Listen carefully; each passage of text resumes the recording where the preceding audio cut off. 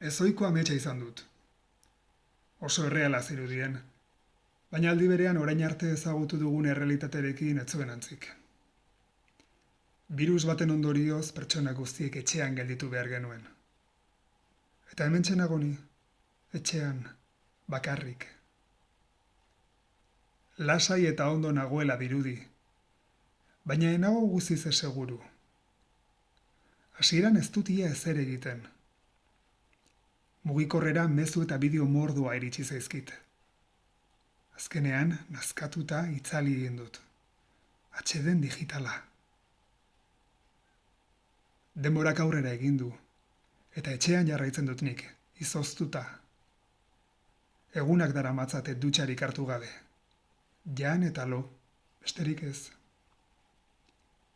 Orduak ziztu bizian pasatzen zaizkit, konturatu gabe. Nola da posible? Seguru ondo nagoela? Halako batean mugitzen hasi naiz. Hasieran nire burua pixka bat behartu dut.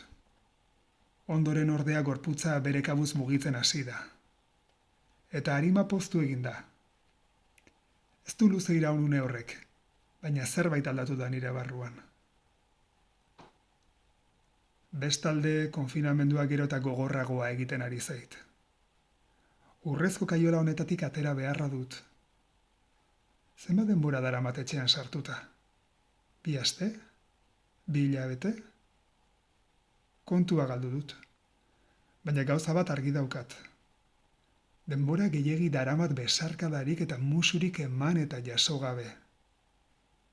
Zerbait egin behar dut. Lehen bailen. Haserre nago. Haserre, bai, egoerarekin, agintariekin, eta batez ere nire buruarekin. Otzanduta dagoen animalia naizelako orain, nik hala erabakita. Non ezkutatu da nire alderik basatiena. Aurkitu beharra dut, beranduegi izan baino lehen.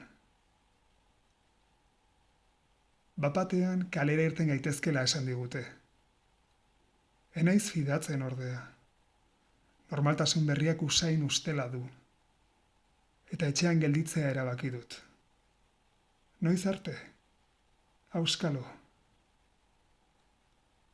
Un honetan, ez dakit ametsetan nagoen ala esnatuten naizen. Hori ere ez dut argi. Eta oraingoz nahiago dut horrela jarraitu.